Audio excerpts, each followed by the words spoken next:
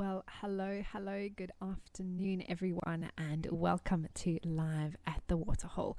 It is wonderful to be with you all today. My name is Amy, and I will be here for the whole show, and I'm looking forward to seeing what we see down at the water this afternoon.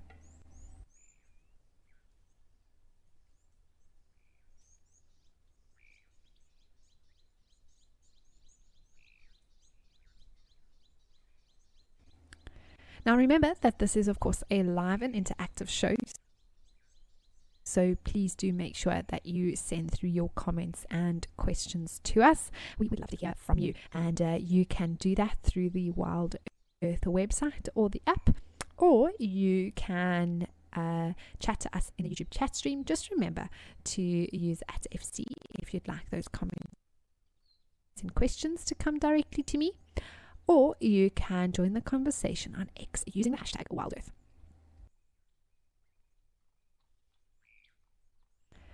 Now, there is a buffalo here, I promise.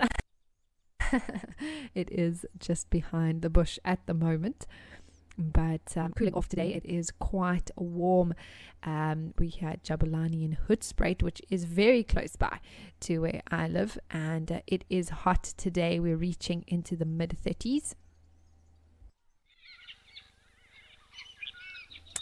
Right, well, this picture's a little bit breaking up for us today, so we are going to head over to Hyena Pan.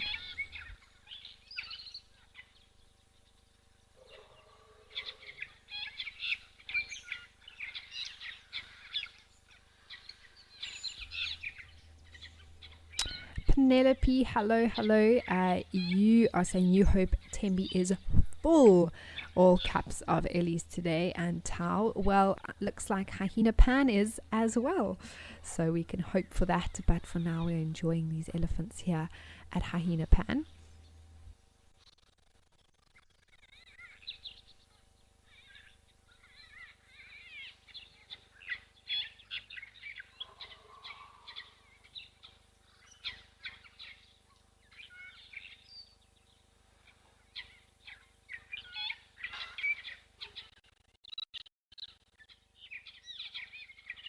There always seems to be such cute little elephants around here at Hyena Pan recently.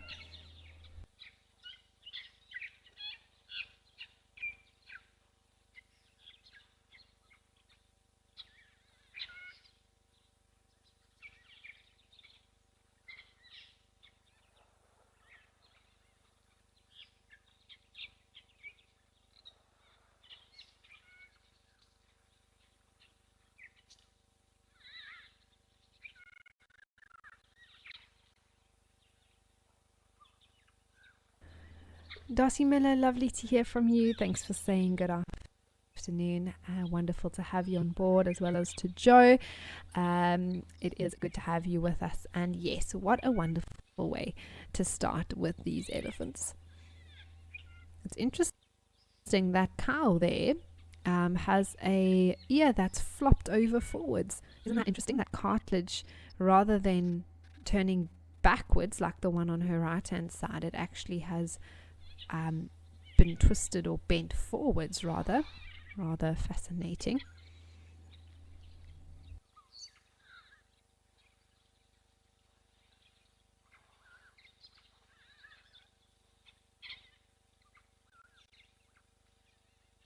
Wow, and that looks like a bull that is drinking there, and you can just see that size of him in comparison to the others that were around him, and the one on the left I think could be a cow.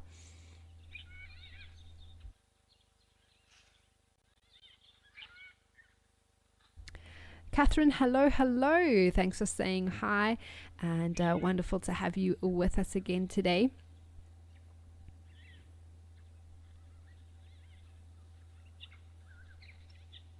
It's always fantastic to know there's so many of you that are with us day in and day out, and always interested in catching up and watching the shows and chatting to us here.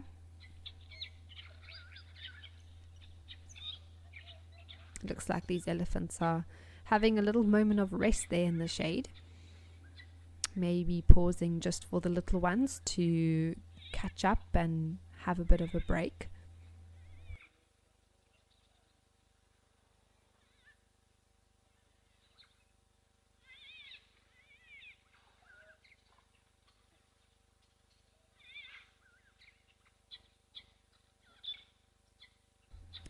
Old Punkster, yes indeed, happy Friday everybody. It is of course a day that many celebrate, ushering in the weekend, and depending where you are in the world, you either are starting or maybe ending your Friday. We are here in South Africa, right, or here in Africa, Central Africa, time right in the middle of Friday.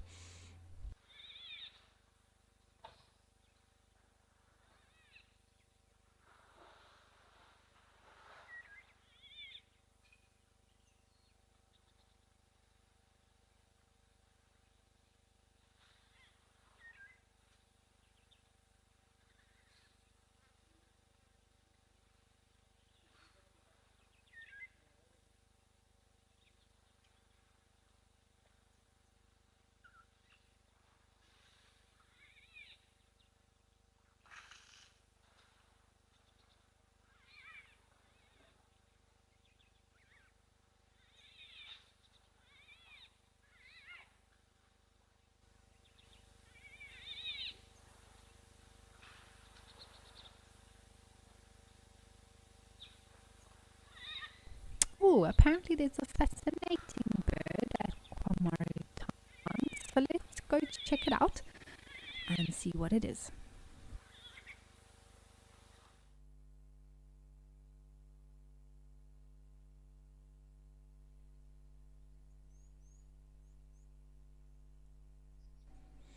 Oh, very cool. This looks like a cormorant. Water bird. You can see those feet are really heavily webbed, helping with swimming underwater. It looks like it has a bright red eye, so I think this might be a juvenile reed cormorant, just with that bit of sort of beige on the chest.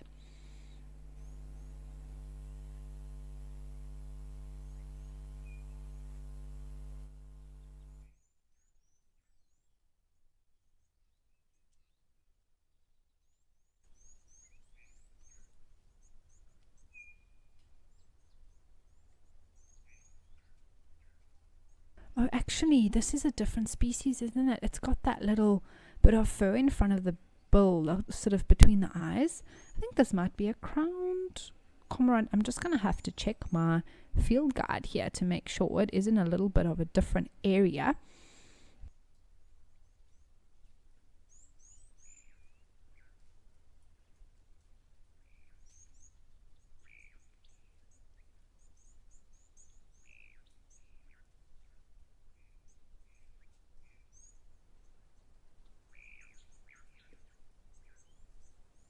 No, so that crowned cormorant actually only occurs on the west coast quite exclusively. So I think this is a reed cormorant, but a adult in non-breeding plumage.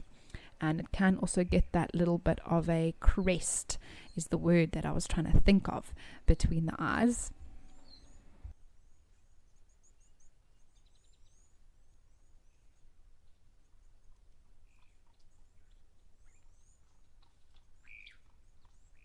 It's not something that I've often seen stuck up so prominently on a cormorant, to be honest. So that was very cool to see. But they are birds that dive deep under the water to be able to catch prey. And then they come out and actually need to dry off their feathers because they don't have as much waterproofing as other birds, because they actually want to go under the water. They want to be able to dive down. And of course, if you're too well oiled, you'll just float on top, which other water birds want that to be the case.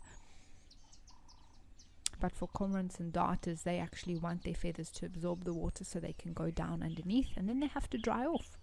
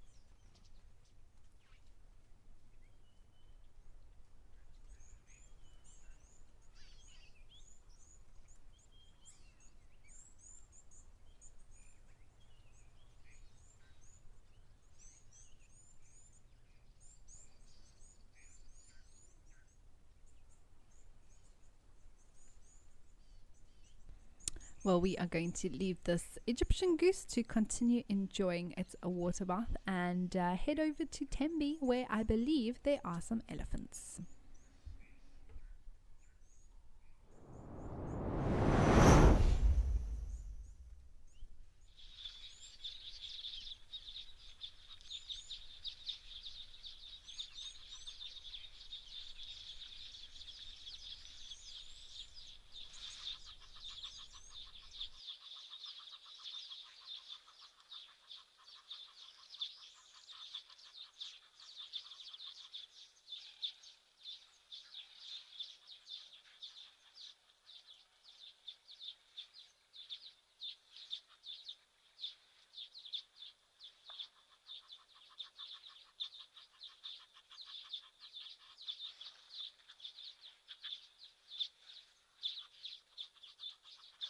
Ah, what a beautiful scene greets us here every time.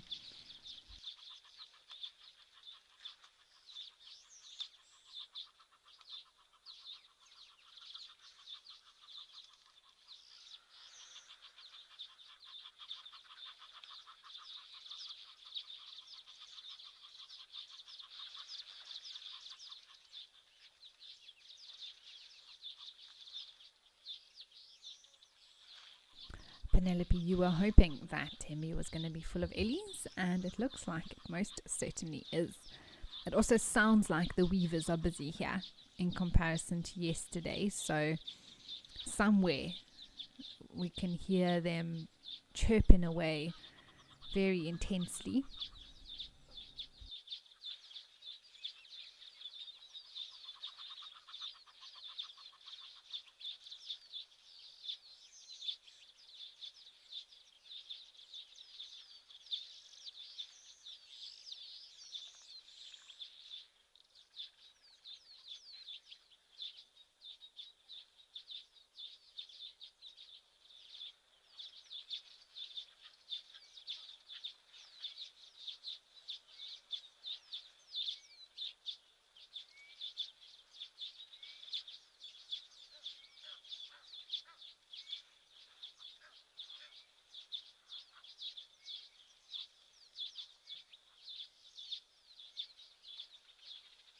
Looks like that elephant's doing some yoga while going to the loo.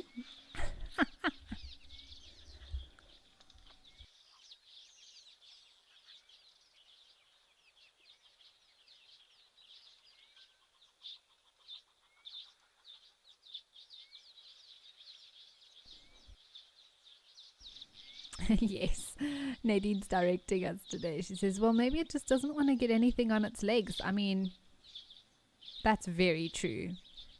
If there's any ladies listening out there that have had to have a bushwee, that is exactly what you got to do, because otherwise you're not going to get it on your shoes or your legs, which is not pleasant.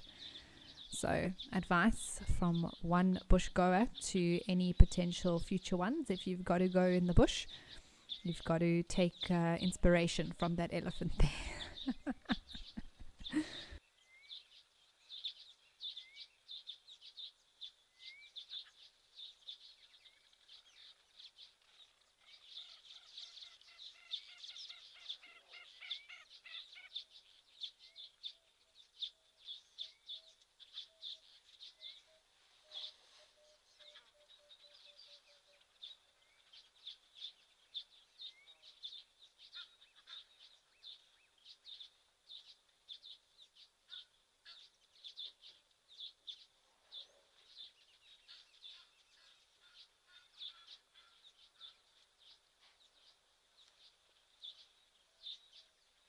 Pushkal, yes, very much so. Weavers all do have different calls. They are a little bit tricky to tell apart, but the ones that I'm hearing there sound very much like village or southernmost weavers. If they are quite far away from the water, I think they might be southernmost weavers, because that's where they generally build their nest, is not over water. Lesser mast weavers have a very particular sound, which I'm not hearing at the moment, which almost sounds like a space video game, like if you're shooting lasers, like pew pew. the best way I can describe it. And then the spectacled weaver is like a descending trill of notes, very fast, which I'm not hearing at all either. So for me, that sort of chattering that we're hearing there sounds very much like a southern mast or a village weaver. It's difficult for me to tell them apart just from what I'm hearing at the moment. But yes, they do all have different calls, that's for sure.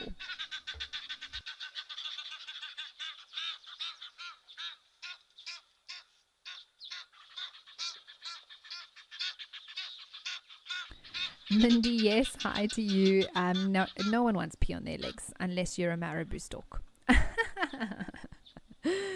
It's important to avoid that.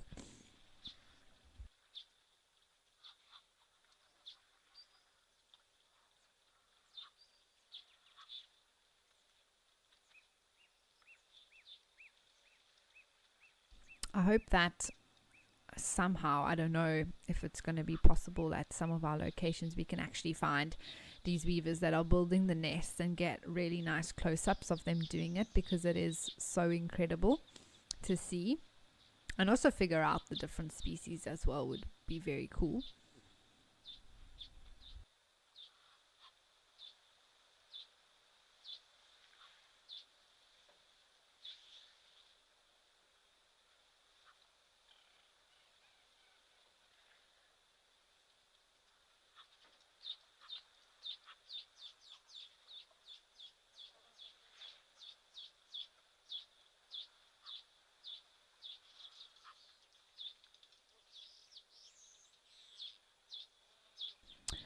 Penelope, absolutely. What you say is so true. There are such vast, amazing changes in the environment, especially looking at a place like Ahina Pan in comparison to here at Tembe. It's like two different worlds, right?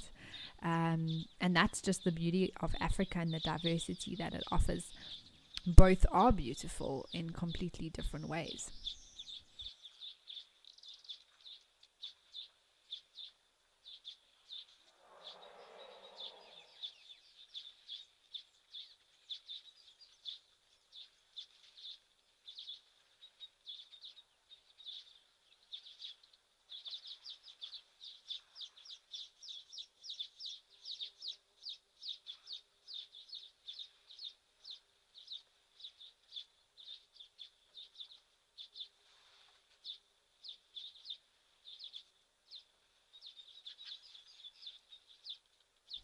Oh, there's an elephant walking there. Obviously had a bit of a splash about.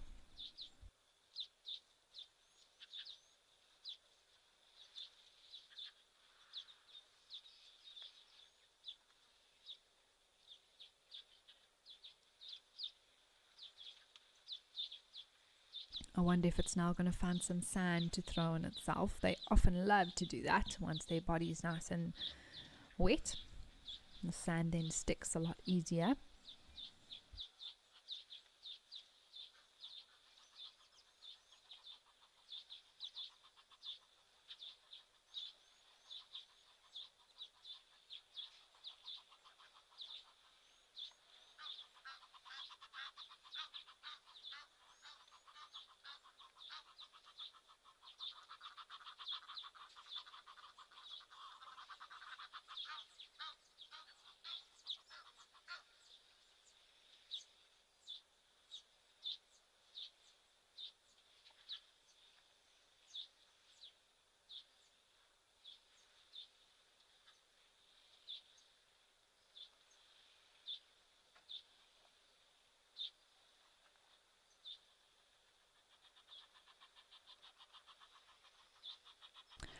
Okay, wonderful. I think those buffaloes have made another appearance at Jabulani, so let's head over there.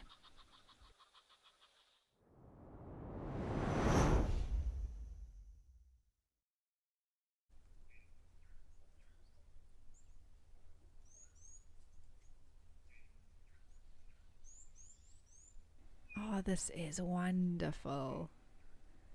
It's so nice to spend time. I actually haven't been to this location before. I remember a little while ago there was an epic leopard sighting here. So it's very cool to spend time in a new place for me.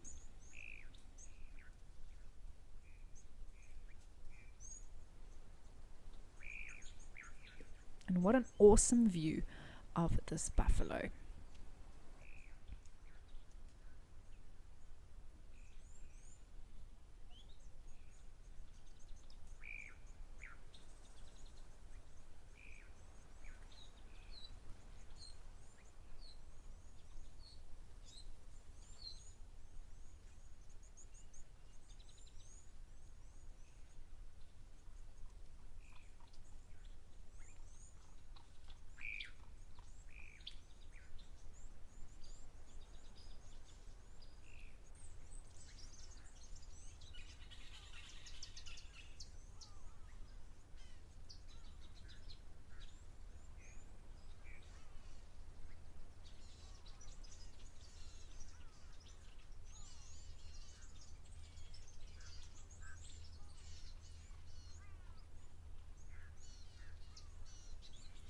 You can see the oxpeck has landed on him there, and this is most definitely a male. Just look how thick those horns are on top of the head, forming what's known as the boss.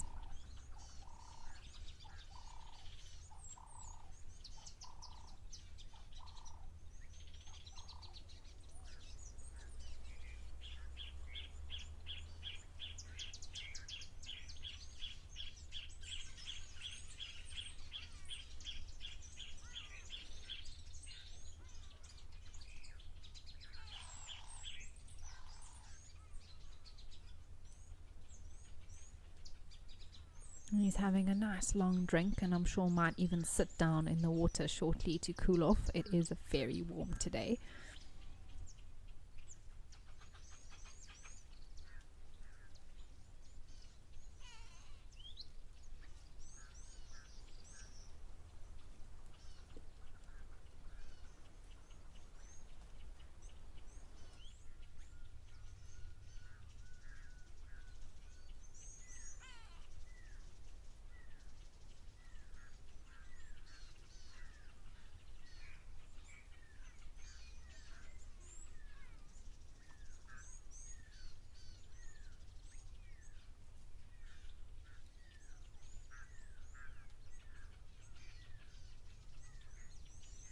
Quite cool to see the texture of his horns there, the ridges that have formed as well, which is very interesting as the keratin has grown over the bone.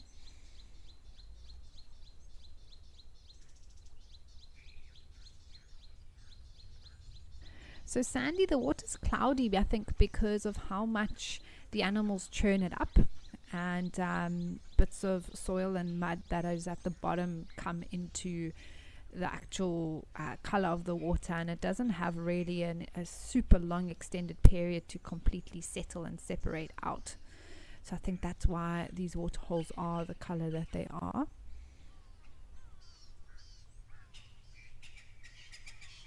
Also the type of soil underneath them, if they are much looser and mix up with the water easier than something that's a lot maybe more clayey and sort of stays solid. Whereas if something is a little bit more sandy or loose, then it mixes more easily with the water above it as well.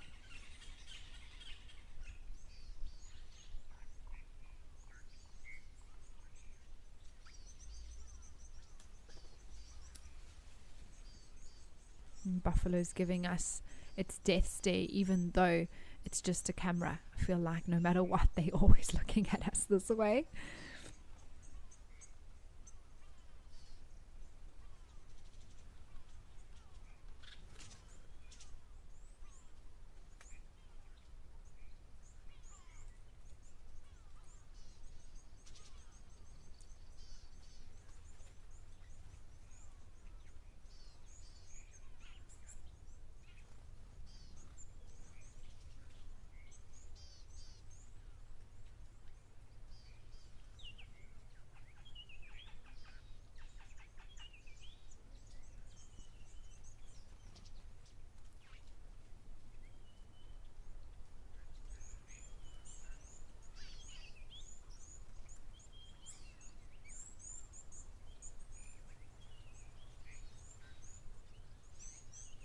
And perfectly normal for this bull to be by itself. There may be others around.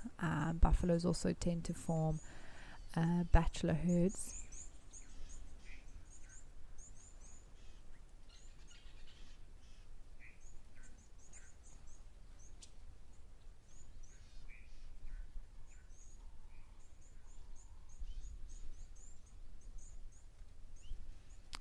So sometimes they do also sort of lag behind a bigger herd that could also be in the area, but he looks pretty good condition. I mean, he's older, mature for sure, but he still looks like he's in really good condition, able to compete for mating rights and that sort of thing. And sometimes these bulls will actually separate themselves from the herd to go bulk up and get good grazing and better resources without competing with hundreds of others, and then come back and join the herd as well, and then compete for mating rights with other individuals. Oh, there's another one. Okay, so there is a little group of old boys here, and this boy, oh my goodness, look, his horns are missing. Just the boss left on this one. That is unbelievable. He's definitely been in a few fights, and that's probably how he lost the tips of his horns. These oxpeckers also look like they had a bit of a water bath and then came back and are drying off on this buffalo. This camera is incredible. Oh my goodness.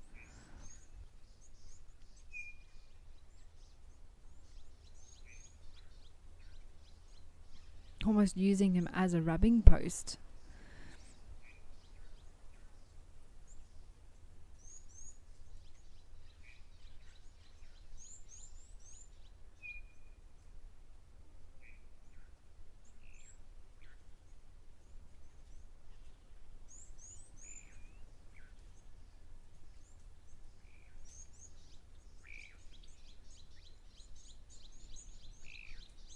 Now this boy is old. There's a lot of things that tell us that, but the fact that his horns are broken off, look how tattered his ears are, look how white he is around his eyes, that's from constant flapping to sort of shoo flies away from the face, and over many years eventually that hair completely disappears around the eyes. That's also one of the markers of age that we can use to age buffaloes. But this boy is old. They live for around 20 years or so, very much an average. So I would say maybe he's in his late teens.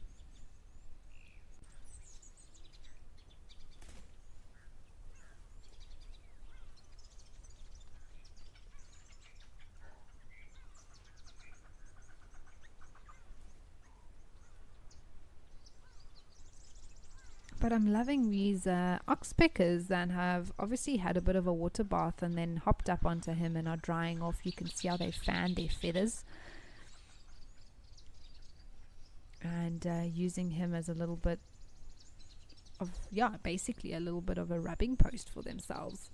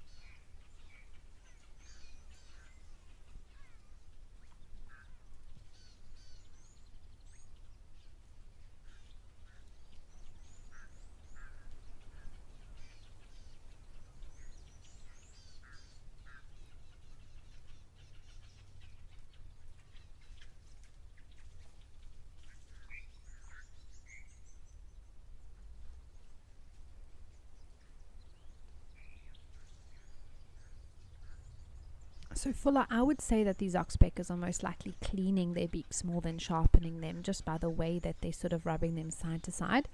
We often see birds doing that to clean their beaks.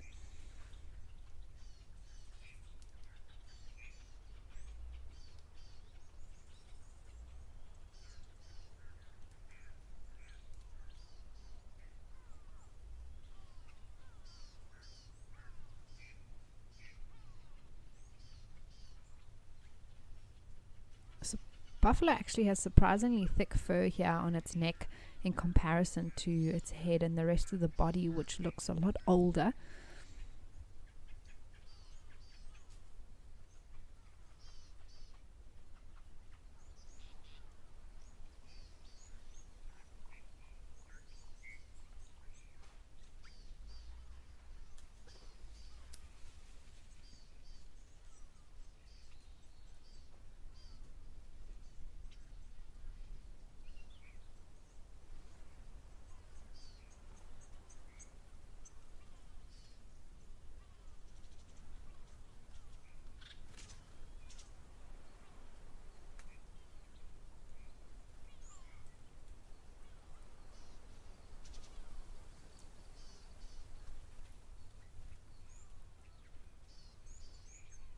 You can see that oxpecker has its mouth open there, and that's all part of also cooling down, the way birds do that to open their beaks.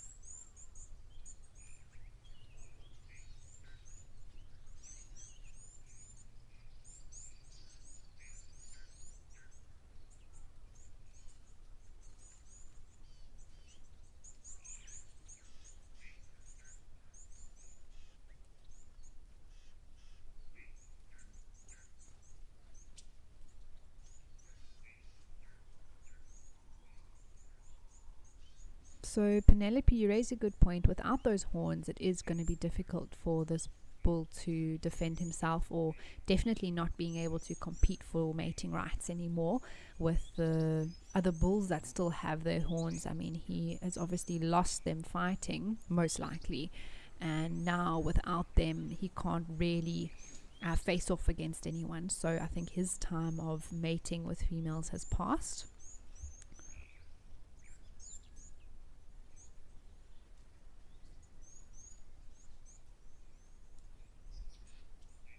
And in that way, I don't think, I mean, maybe they are more attractive, Della, to the ladies being a bad boy, but I don't think so. I think, in fact, the ladies prefer a bull that has won in terms of fighting for that dominance, and not that they have too much say, to be honest, especially when it comes to buffaloes in mating. It sort of just happens, and it's more the males that compete to be allowed to, not so much the females giving the permission.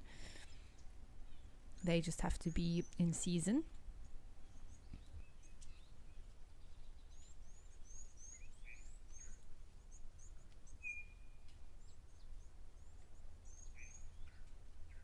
But it does look odd, doesn't it? It almost looks like a different species in some way without those curling horns on either side.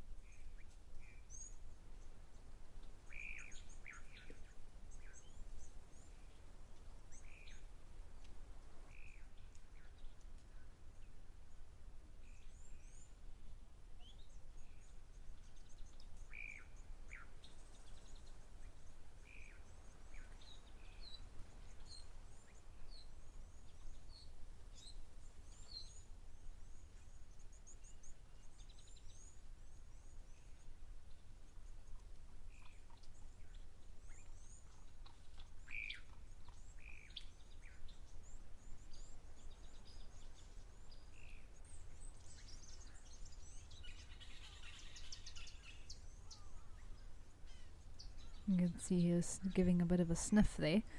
I wonder if there's something that he's interested in. Maybe just working out something.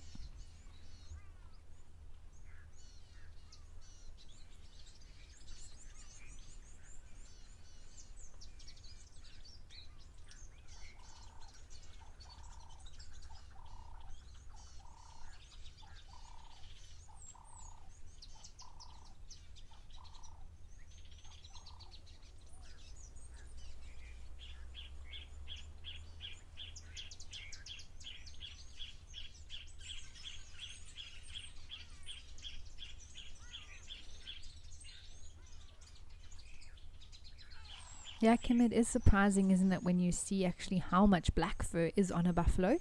We sometimes think of them as not having much hair, but they in fact have a very thick layer of black fur.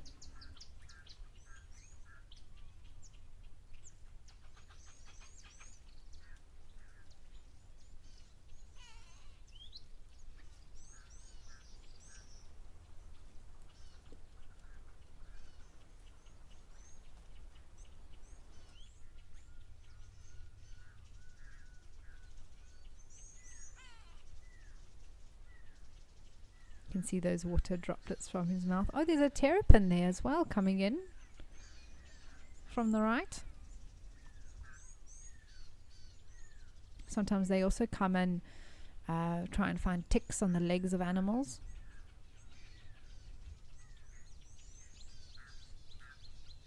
It'll be interesting to see if it actually does attempt to try and bite off some parasites or something like that.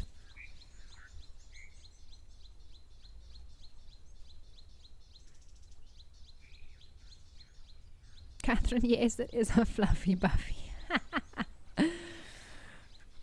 Like I say, I'm surprised at the wear and tear this buff has, that he has such a thick coat still around the neck. But it's great to see that up close for you all at home as well.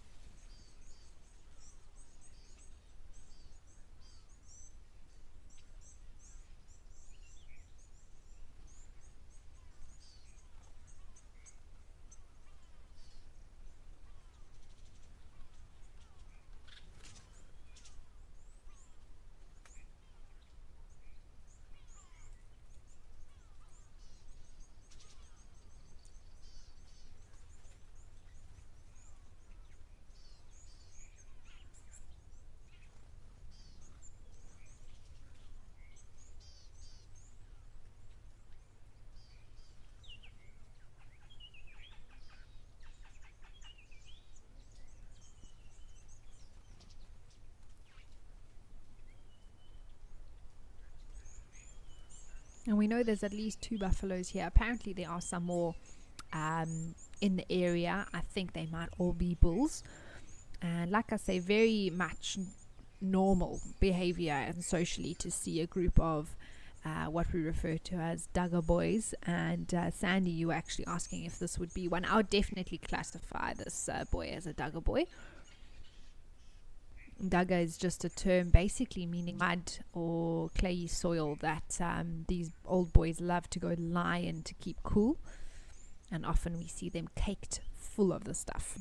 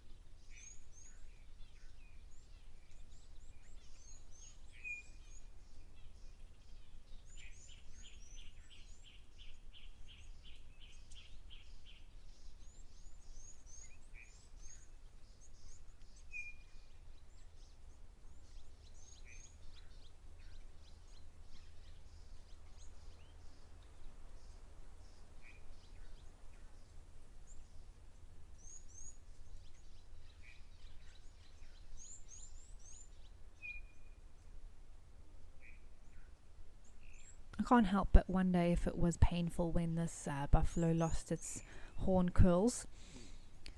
They are made of bone, they are attached there to the skull, but I do wonder if it's exactly the same sensation we would feel when breaking a bone, with a lot of nerve endings and of course encased in our skin and muscle, whereas this is just encased in keratin. But I think the closer it gets to the scalp, perhaps the more painful it could be.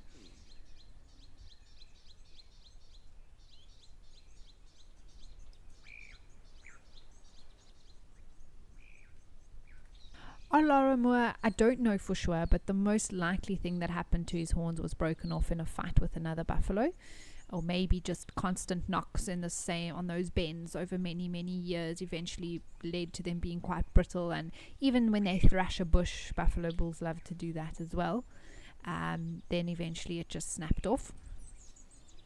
But I would say most likely in an encounter with another buffalo.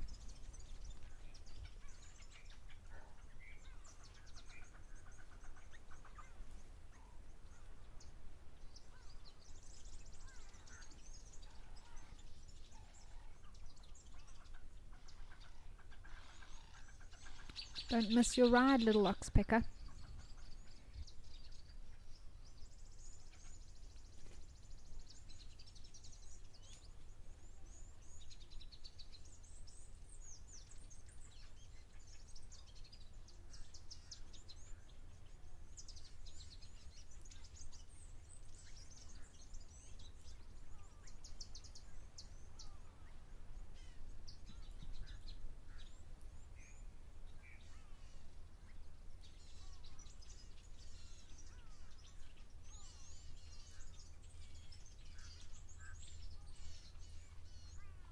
Exactly, Liverpool bird. He had his time to pass on his genes. I'm sure he's sired many buffaloes that are all alive and well and part of the herd. So just because he can't compete with those that still have their horn curls, it doesn't mean that he hasn't had a long and successful life as a male buffalo.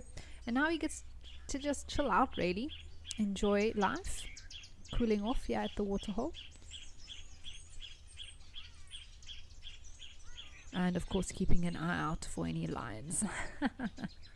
Maybe he's going to head over and join his friend on the other side there.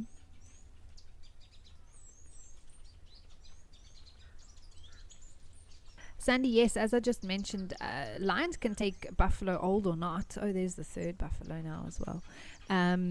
So just because, I mean, buffalo bulls are generally harder because they're so much bigger, but they are more than capable of taking down a fully healthy buffalo, let alone one that's maybe a bit older, maybe sick. So definitely lions are capable of hunting them.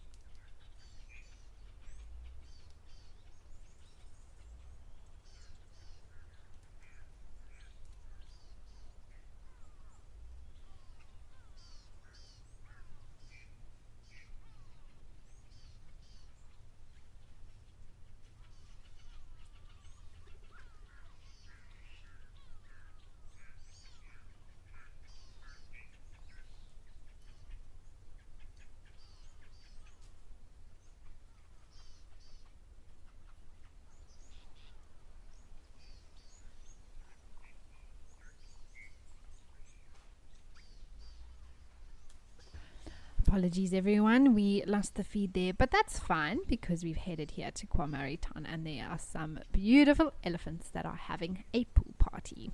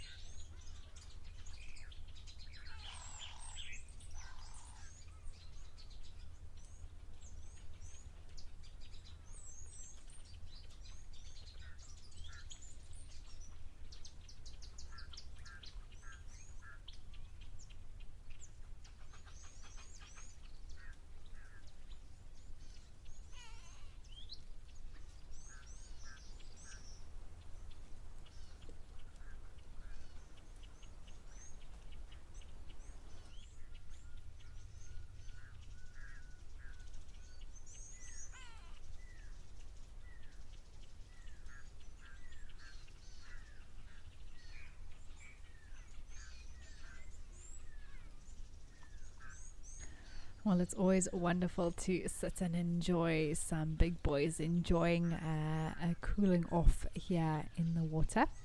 I think let's head over for something different. I don't think I've been to Shalati Sunrise before, to be honest, but apparently there are some giraffes.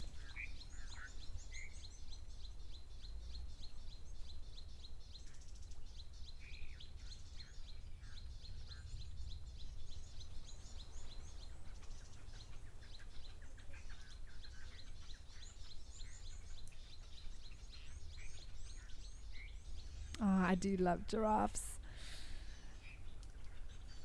And this one is munching away.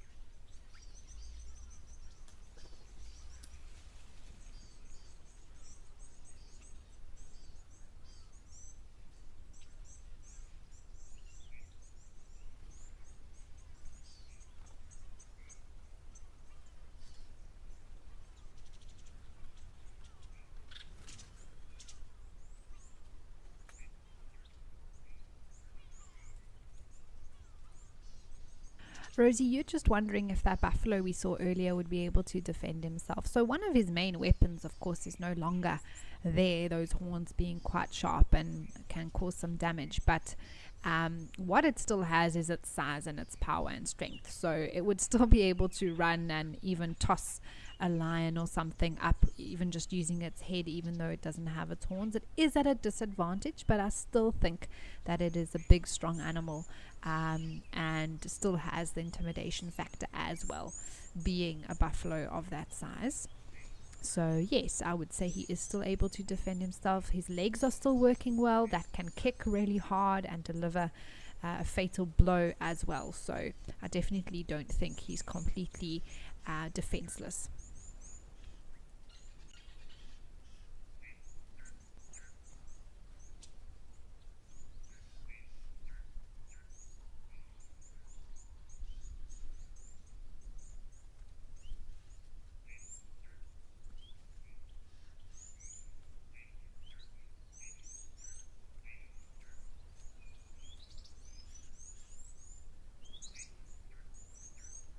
Oh, Penelope, this is a new location for you as well. Well, hooray. I'm so glad we could experience it together. And it's a beautiful one. I think this may be the Sabi River, if I'm not mistaken. And what a spot this is.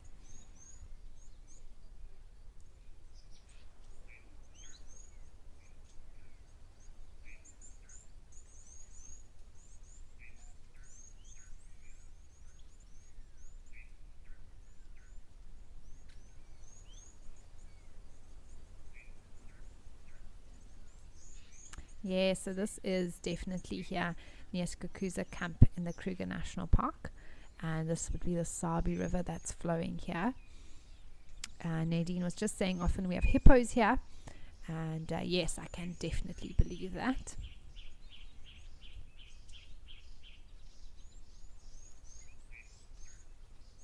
That giraffe just made a quick exit.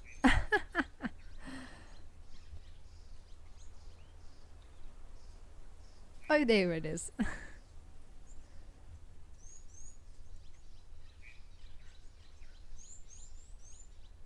Oh, I think there's two. One here, and then the one that we were looking at a little bit further back to the right.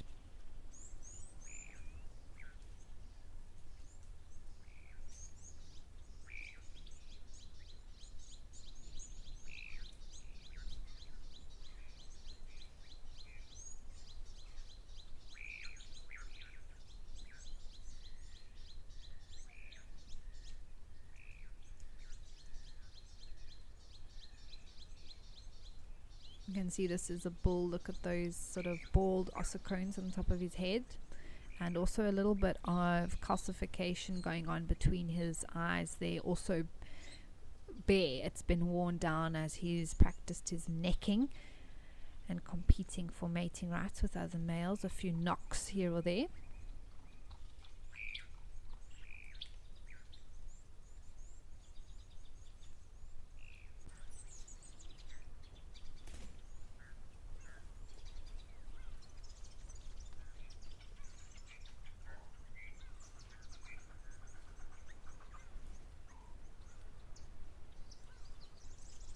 Spice, this is literally right next door to Skukuza, so I think the camera might be on the bridge of the train hotel, the Shalati Railway. If I'm not mistaken, I could be wrong. It could actually be looking towards it, but it's in that whole area, and it's very much, I think Skukuza camp is either directly behind where this camera is or just in front. I think it's behind though, because that's the bridge that you drive over there.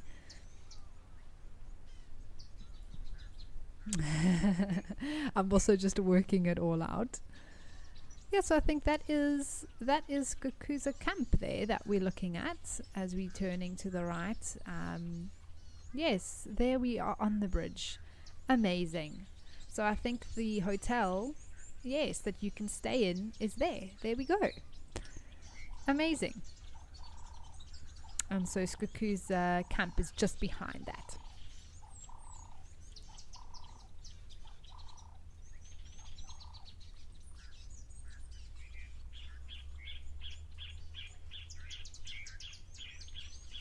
There must be some very cool things to spot here. Lots of bird life. Maybe a leopard or two walking by as well.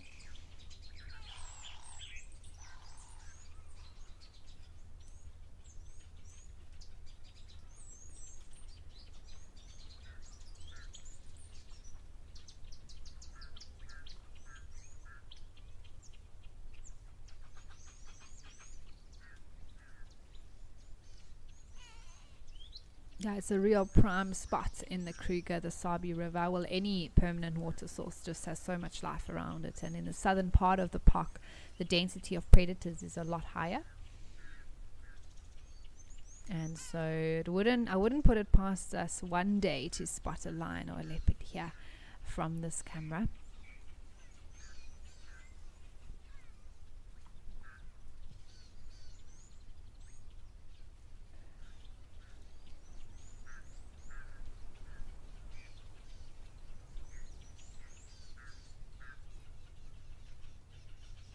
Yeah, absolutely. Nadine was just saying if we really search, we might get some cool water birds. Absolutely. The African finfoot is often seen around Skukuza, and boy, would I love to spot that. It is an incredible water bird, has these massive big orange feet, and is super rare to find. And they are sometimes seen around the Skukuza, the Sabi River around Skukuza. So that's something to look out for sure.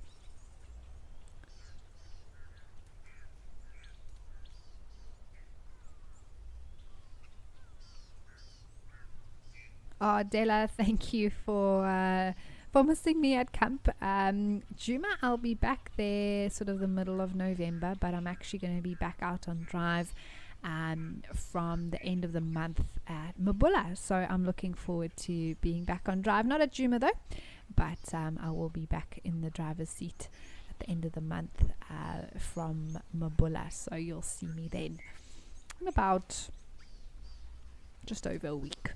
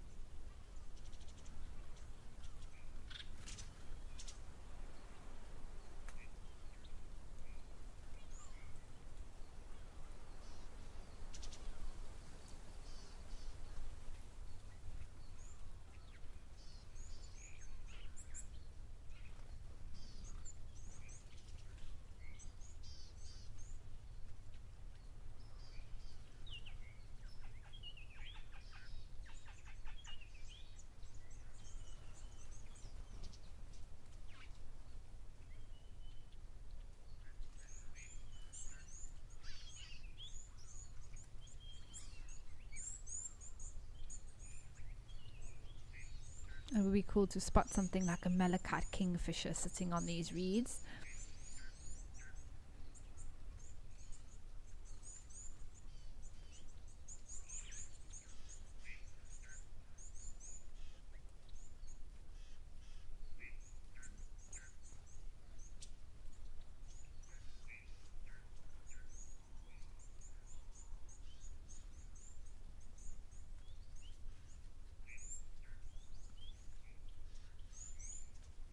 Oh, hello, hippo.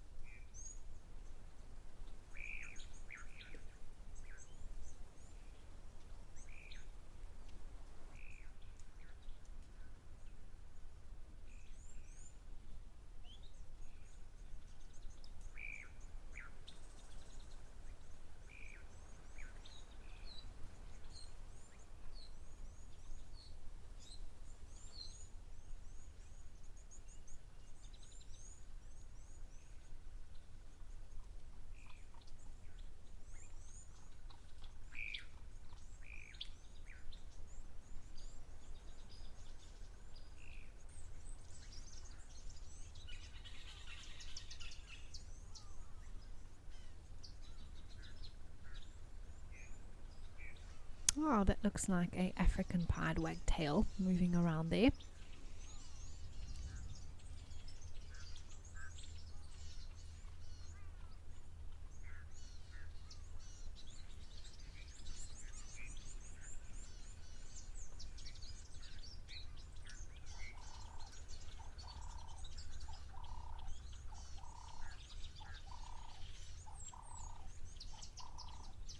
But in these sort of thicker reeds is where you could be looking for some sneaky herons, maybe bittens, crakes, which would be awesome to see. They like these sort of still pools.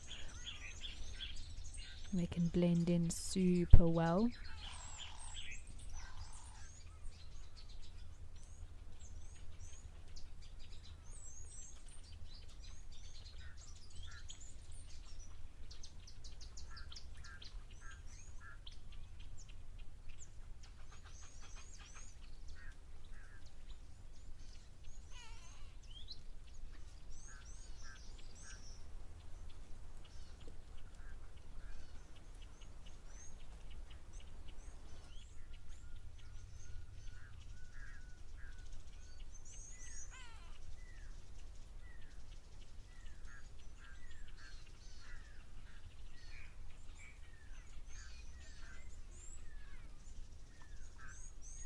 I'm not sure what that is, to be completely honest with you all.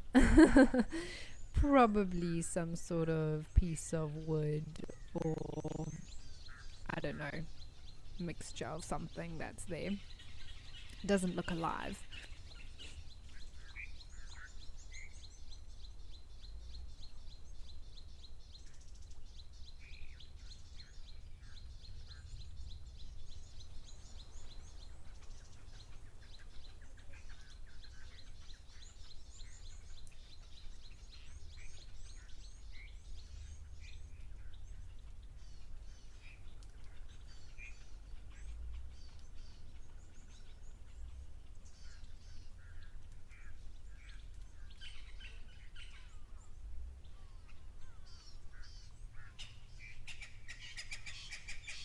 Yes, Mercedes, it's wonderful to have Shalati here. And it's very cool to know that we're looking at the Sabi River and such a famous location as well on the Shalati Bridge here, with the famous train hotel. And Penelope, that's right, it is the famous, we actually looked at those carriages, and it's where you can actually come and stay. And Rosie, yes, I do feel very lucky, and yeah, as do most of us out here in the bush, that we're able to live and live in such a beautiful area with animals and birds all around us.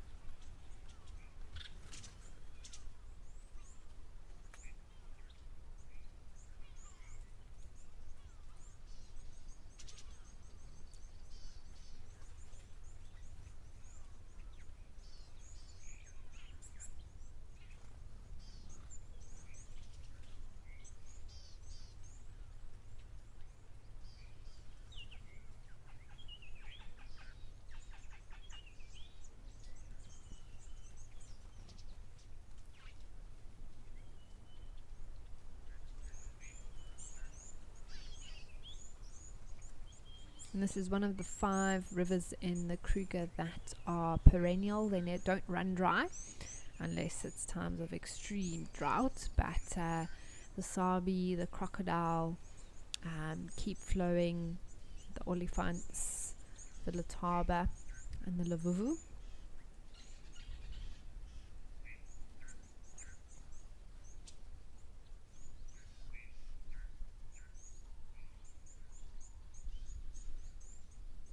I can imagine a leopard or lion finding some of these shady spots very appealing.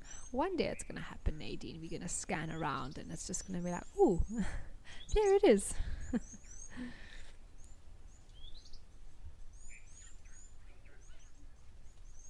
But for now, there's a beautiful giraffe that's enjoying the shade.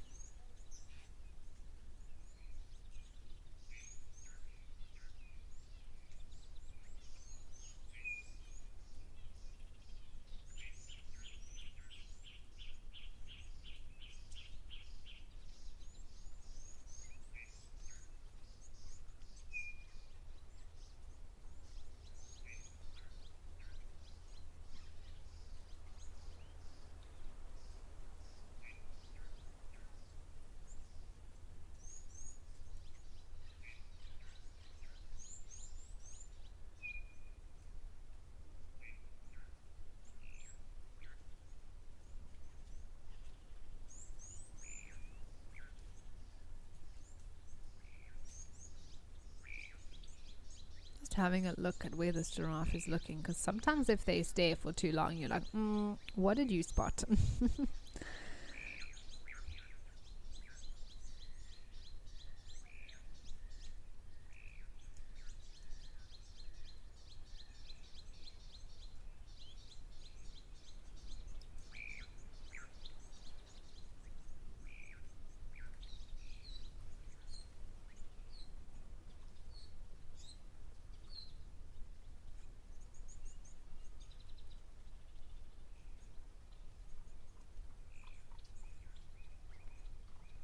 Nope, all is well. Time to move off.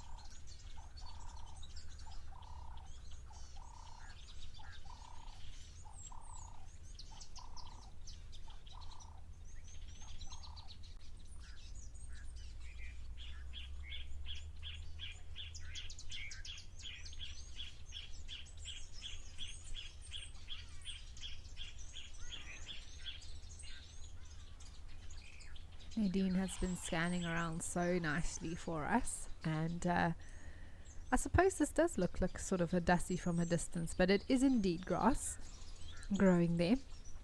If I were a dusty though, that would be a great spot to sit. Very sunny and warm, I'm sure.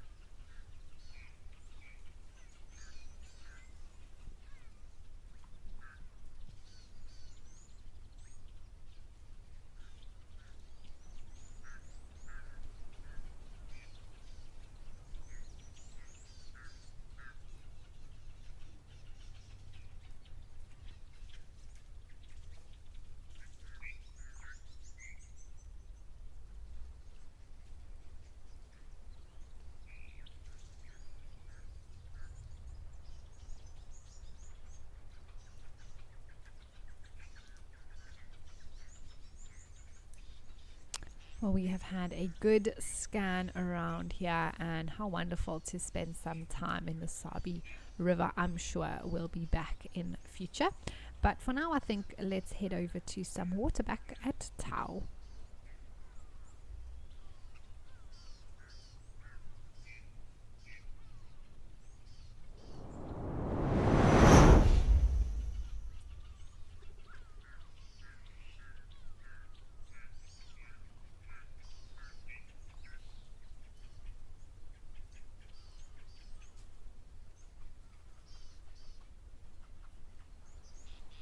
Well, a beautiful familiar scene here with these waterbuck males that have come up to eat, and that looks like a black crake there, I think, just to the left, a little bit more slender than the common moorhens that we often see around here.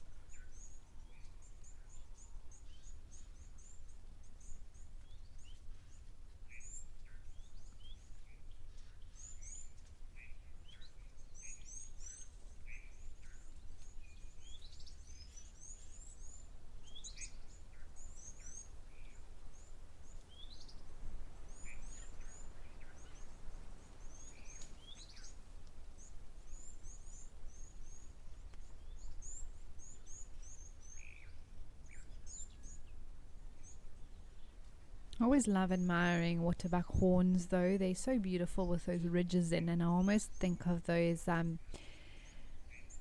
wooden instrument-like things that you rake over with a piece of wood that almost sounds like a frog's call. It just reminds me of that. I can imagine them making a pretty sound with those ridges. There's also a grey heron and some waterbuck in the background there.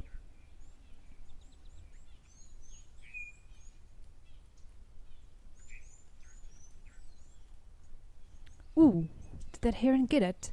That was very sudden. It just delved into the water, but it doesn't look like it was successful.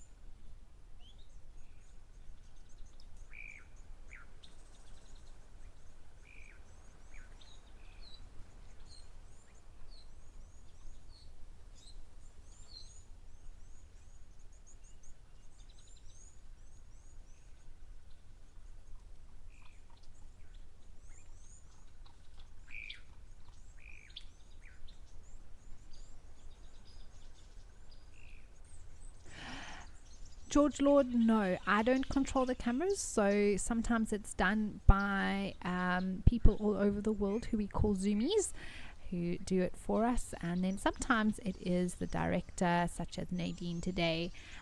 She was moving the camera around there at Shalati, and I think she might be doing it here at Tau as well. But it's different depending on the location and what we want to look at and that sort of thing. But yes, it is not me myself. There are secondary people controlling the camera. Hilary, you want to know how tall a baby giraffe is when it's first born. So it is an average, Hilary, but it's about 6 feet or 1.8 meters, between 1.5 and 2 meters tall when it's born. So that is quite lengthy already.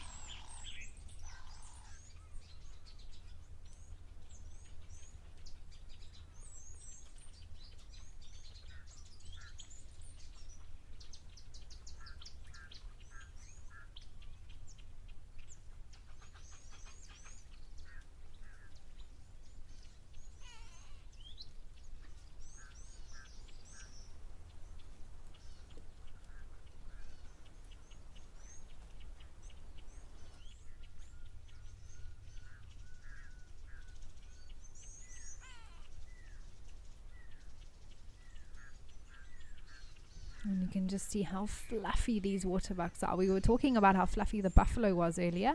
They too have a very, very fluffy coat. Almost looks like they are better suited for the northern hemisphere than the southern hemisphere.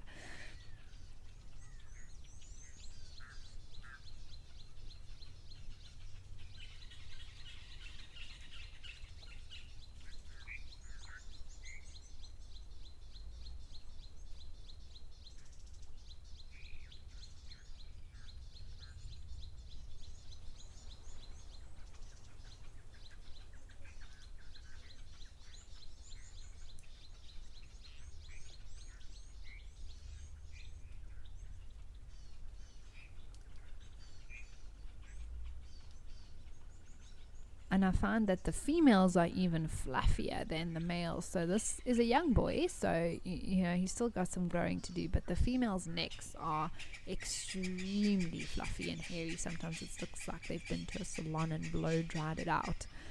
But the males, when they get older and more dominant, that neck really thickens out and that fur is sort of filled out with muscle.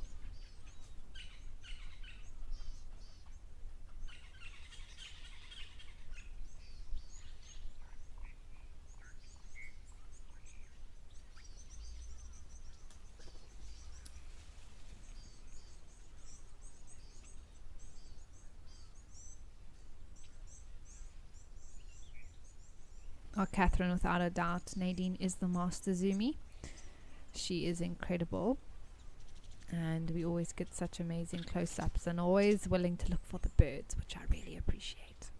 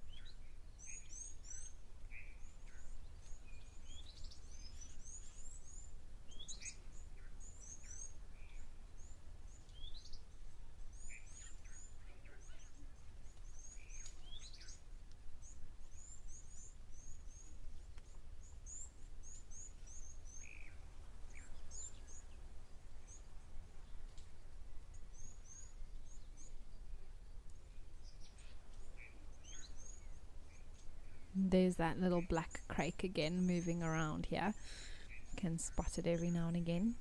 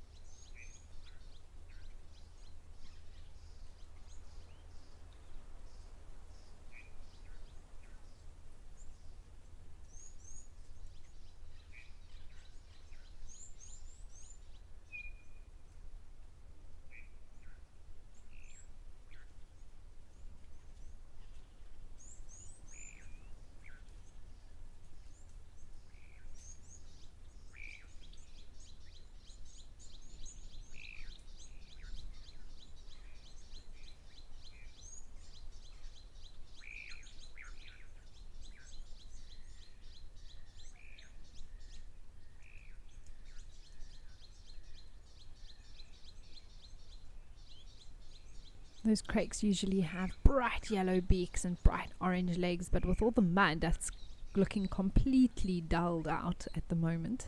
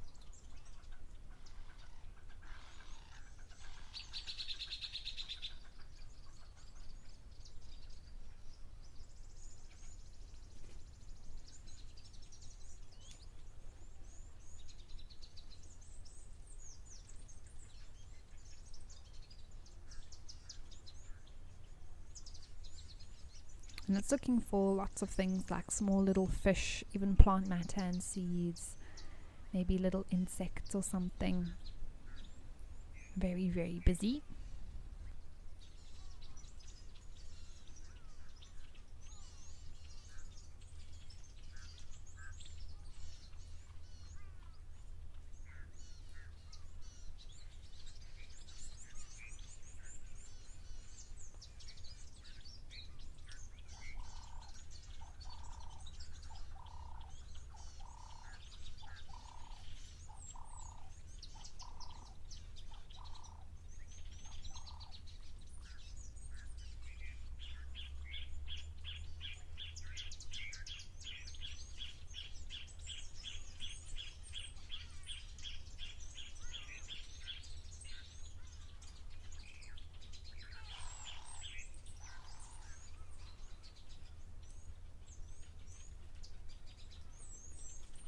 Apparently there was a croc around, so we'll scan again and see if we can spot anything.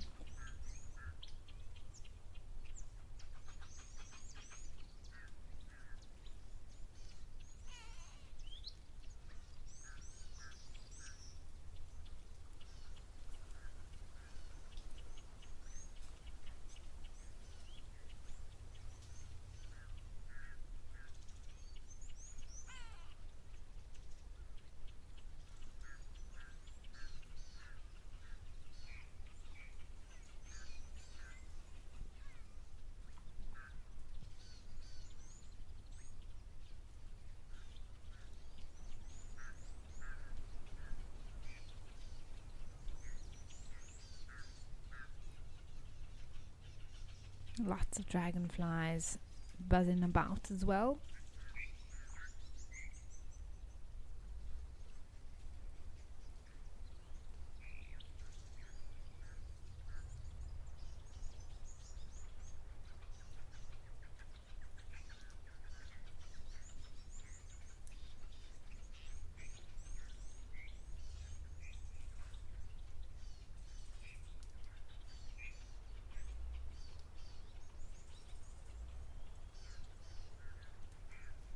There's one sticking around for us a little bit longer. They do look like helicopters, Nadine, I agree. Nature's helicopters.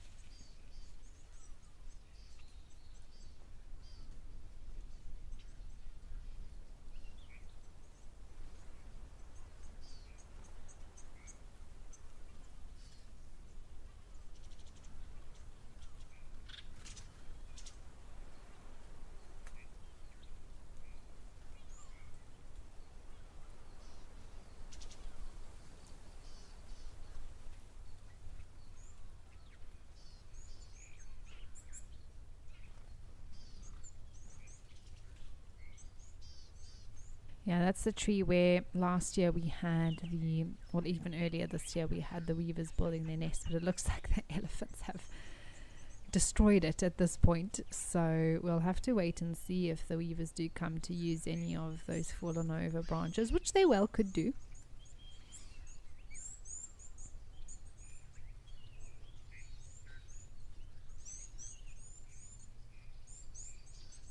Oh, there's a pied crow. Also trying to cool down.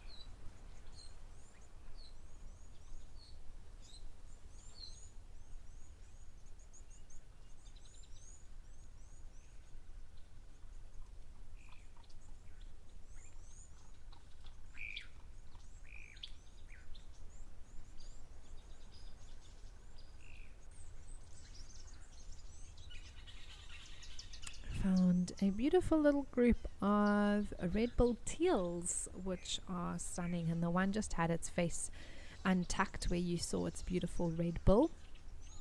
And I always can identify them, of course, by the red bill, but at a distance, a very white cheek. in comparison to something like an Egyptian goose.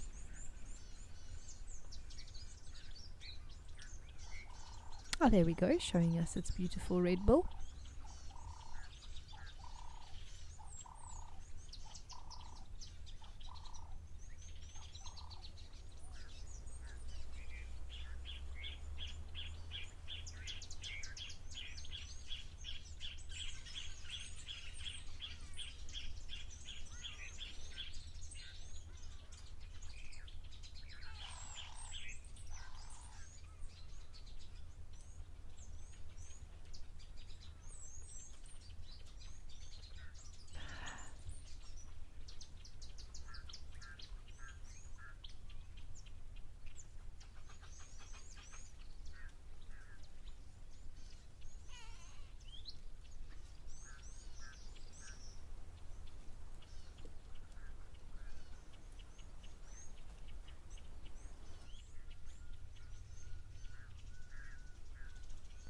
Okay, well, beautiful, but let's head over to, I believe, some elephants that are at Naledi Dam.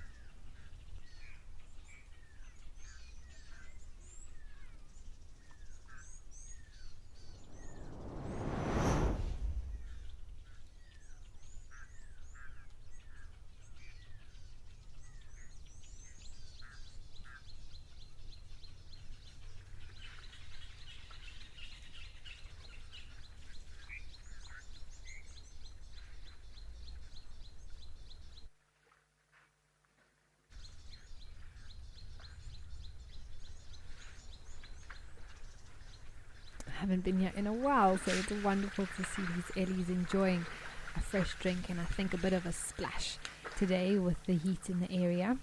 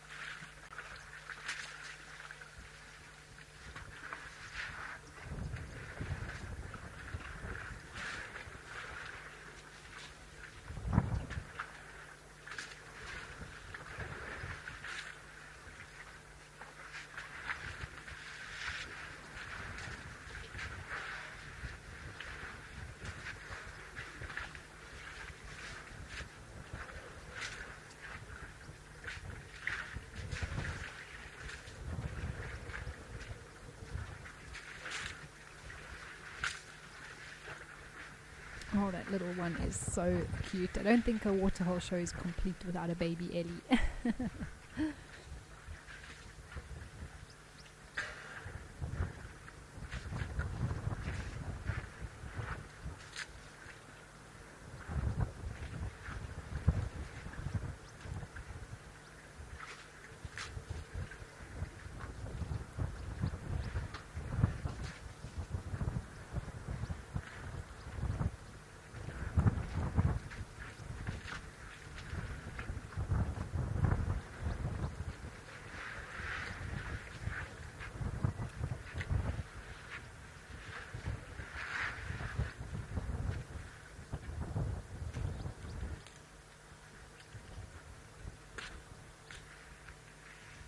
This one was using mom as a little bit, I think, of comfort, but also a bit of a rubbing post to rub up against her.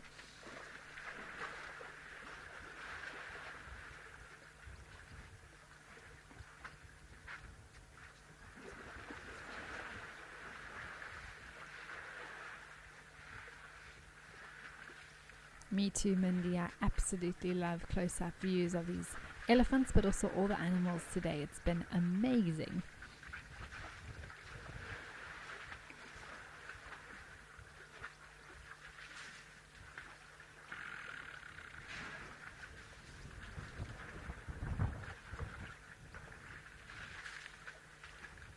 Yes, Rosie, just taking in the sounds. I love to listen when elephants are drinking and splashing about. It is so soothing.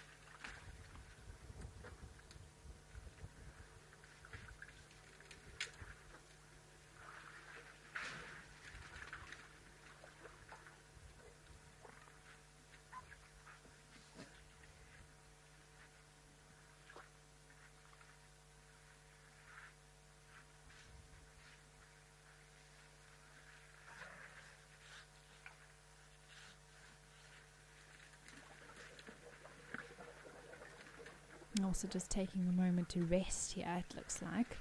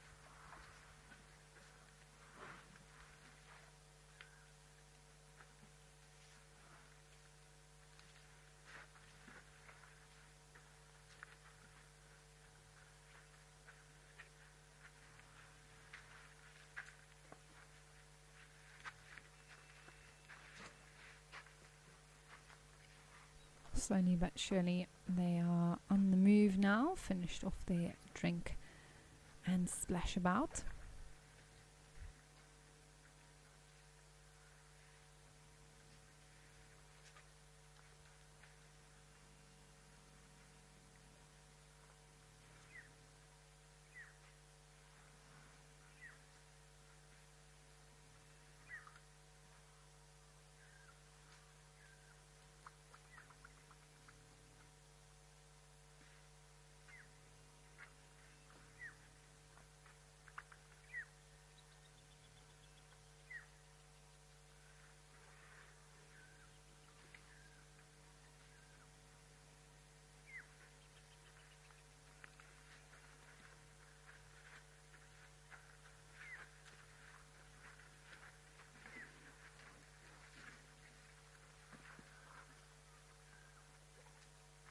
I wonder if they're moving off or still thirsty.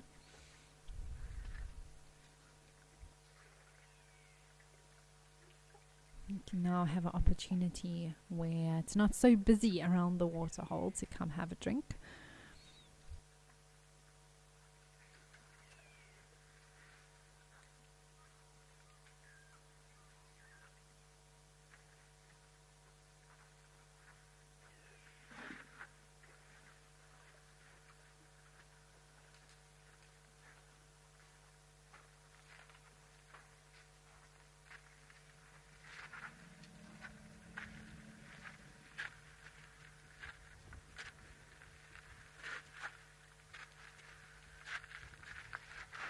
Oh wow, they're all coming past. How cool is this?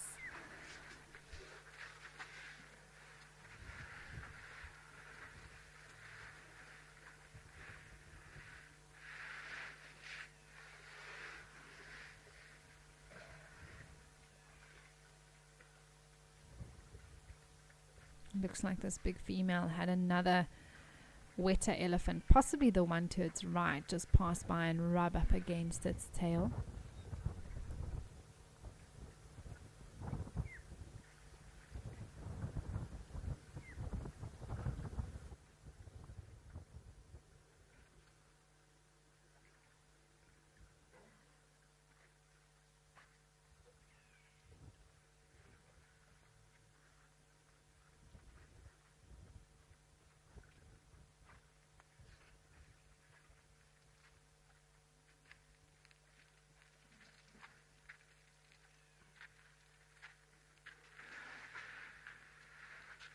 Yes, our Larimer, there is fresher water in that. I call it a trough, a well, cistern, whatever you want to call it, but that is where the fresher water is pumped to, yes.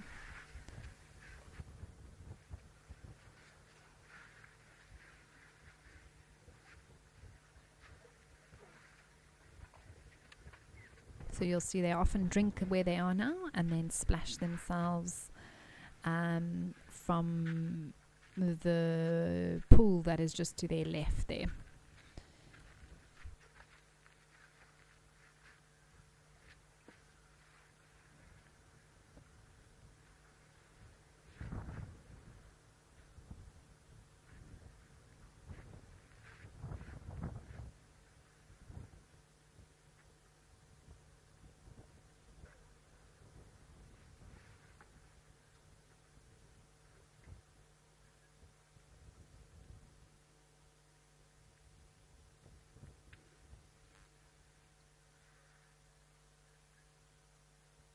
Spas, it's such a pleasure. It has been a wonderful afternoon here at the show, and Nadine and I were just saying how quickly it's gone. We've had such variety today and an absolutely wonderful time with you all.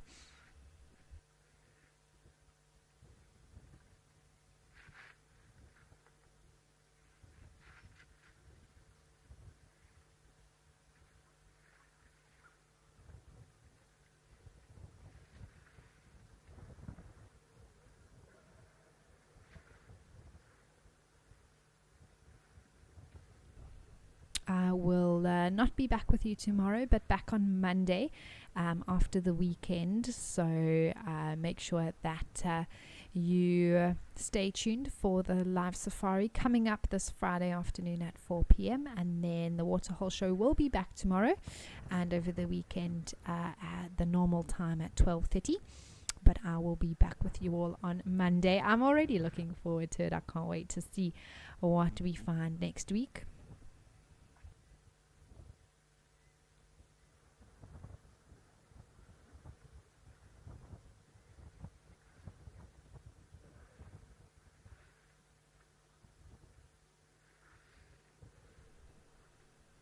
And it's a wonderful way to end the show with these Ellies here at Naledi. And like I said, I haven't been here in a while, so I'm enjoying visiting back here again. And I know next week will hold new adventures, possibly one or two different spots, or maybe newer spots that we haven't quite fully explored just yet, which I'm looking forward to. But today was wonderful, and thank you so much to all of you at home for sending through your comments and questions to us. We always appreciate that.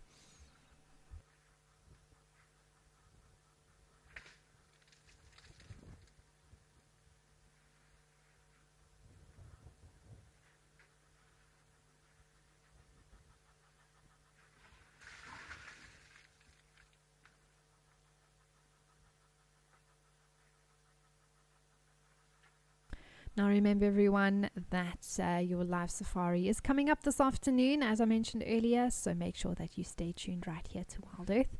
I wish you all a pleasant day or evening ahead, depending where you are in the world. And from myself and Nadine, as well as the rest of the Wild Earth team, we just want to thank you all for joining us today and being a great lot of viewers, all of you at home. And once again, I think it is Ben that will be with you tomorrow and Sunday, and then I'll be back on Monday. So from us here at Wild Earth, we'll see you soon. Goodbye for now.